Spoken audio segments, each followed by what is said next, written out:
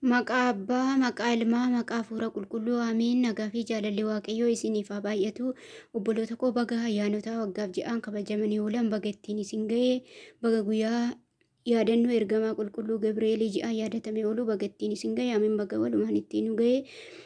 Anis beekeef isin caala beekeef itoo hin taane barakati abbaa keenya qulqulluu ergamaa Gabreelii qooddachuuf jecha walaloo gabaabduu tokko qabadhiitanan jira. Mata duree walaloo kootii.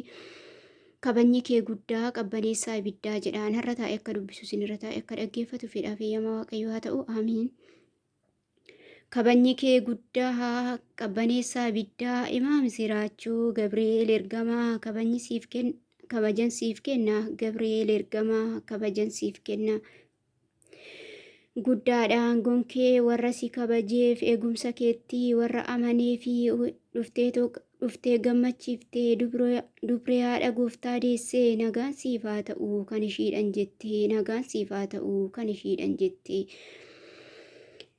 Himaa gammachiisaa ergamaa araaraa isatu nuuf dhaabbataa fuula gooftaa duraa ijoollee waaqayyoof kan kadhatu araaraa Gabri'eel kottu kaa har'as si waammannaa araara nuuf kadhu kaa waaqa keenya bira har'as nuuf kadhu araara nuuf kadhu kaa waaqa keenya bira. Gargaaraa ijoollee sadanii siin dhaamee ibiddi sunii gargaaraa Anaaniyaa gargaaraa Azaariyaa gargaaraa Misaa'elii har'as nuuf koottu Gabreelii kan gargaartee ati Iyyaluuxaaf Qiirqoosii bishaan danfasanii jijjiirtiif diilallaatti. Amiin. Kakaasee kan na jalqabsiisee kan na xumursiise galanni Waaqayyoof galannaadha Waaqayyoof galanni ulfaataa fannoo Waaqayyoof kabajni ergamoota qulqulloota Waaqayyoof haa ta'u. Amiin.